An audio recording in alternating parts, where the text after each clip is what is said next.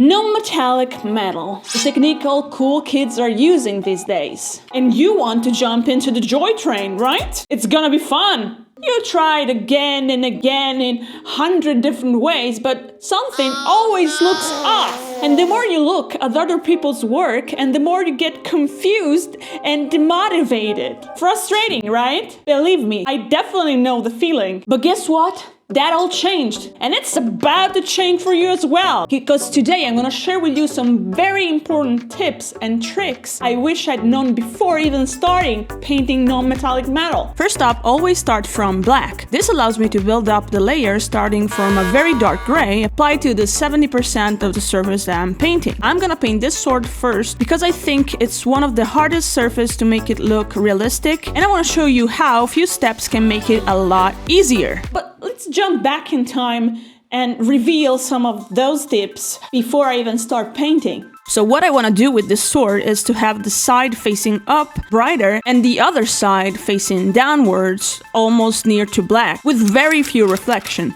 I'm gonna place my main highlight here, making it the focal point and drawing the attention towards the face. In this case, I could have put it slightly lower, but as a creative choice, I didn't, because then I would be kind of bothered by all the incision. Yeah, pretty annoying. So let's talk about colors. After the first layer of dark gray, I will start mixing my highlight with the same gray plus decomposed flesh. Why decomposed flesh, you say? Well, because it has a yellow component that gives a bit of saturation back to the grays. Otherwise, they would be kind of boring.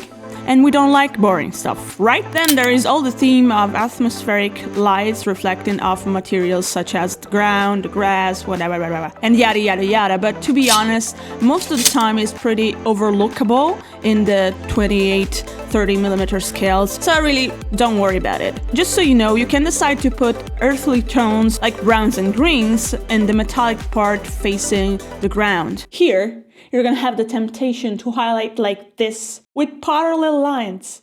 No. Or do, whatever, I can't tell you what to do. But I can tell you that changing my brushstroke really changed the way I painted non-metallic metal. It was game-changing. And why is that, Alice, you might be asking? Well, I don't really know. I'm just kidding. I'm gonna explain now. Just be patient, okay? Brushstroke is directly linked to point number 3, which is highlight placement. We already talked about which side to highlight more and where to place the main highlight. The second thing that you're gonna have to do to sell the non-metallic effect is secondary reflection.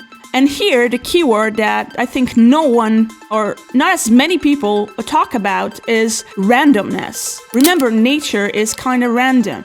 It's like when you build a base, the elements are not perfectly spaced out following geometrical logic. And the same reasoning it is to be applied to reflection. Not just the secondary reflection, but also, and most importantly, the first reflection. As you might notice, looking at these images, the shape of the highlight is totally irregular. Can you see the shape here? And what about here? And here? What about here? Do you see it? Usually the main reflection is composed by two different reflections connected in the center, where more light is gonna gather. And that's why the brushstroke is very important. Using those parallel lines, you're gonna lose a lot of the depth you can give with the brush.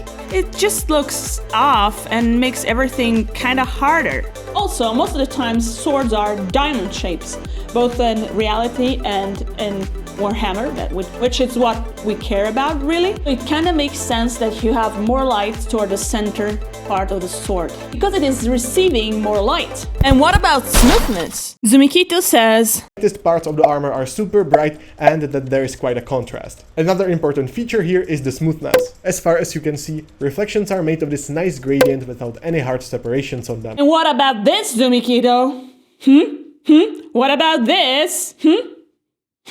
I'm just kidding, of course it's right. You can see it right here in the ref. But in the highlights there's a seamless transition. But for other parts, it's kind of abrupt. Of course, it's one of that case in which painting smoothly can only help creating the effect. But more important than that, there are three things: contrast, highlight placement, and randomness of the reflections. And that's what's really gonna sell your piece as non-metallic. Not smoothness itself, because to be honest, smoothness without knowledge, it's pretty useless.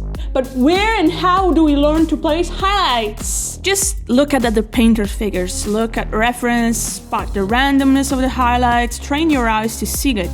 The patterns are pretty much the same, especially if you're painting mainly in the 30mm scale, where it's not necessary to include atmosphere and yada yada yada. But if you'd rather have a super smooth, richer gray level of smoothness NMM, you need to watch this video.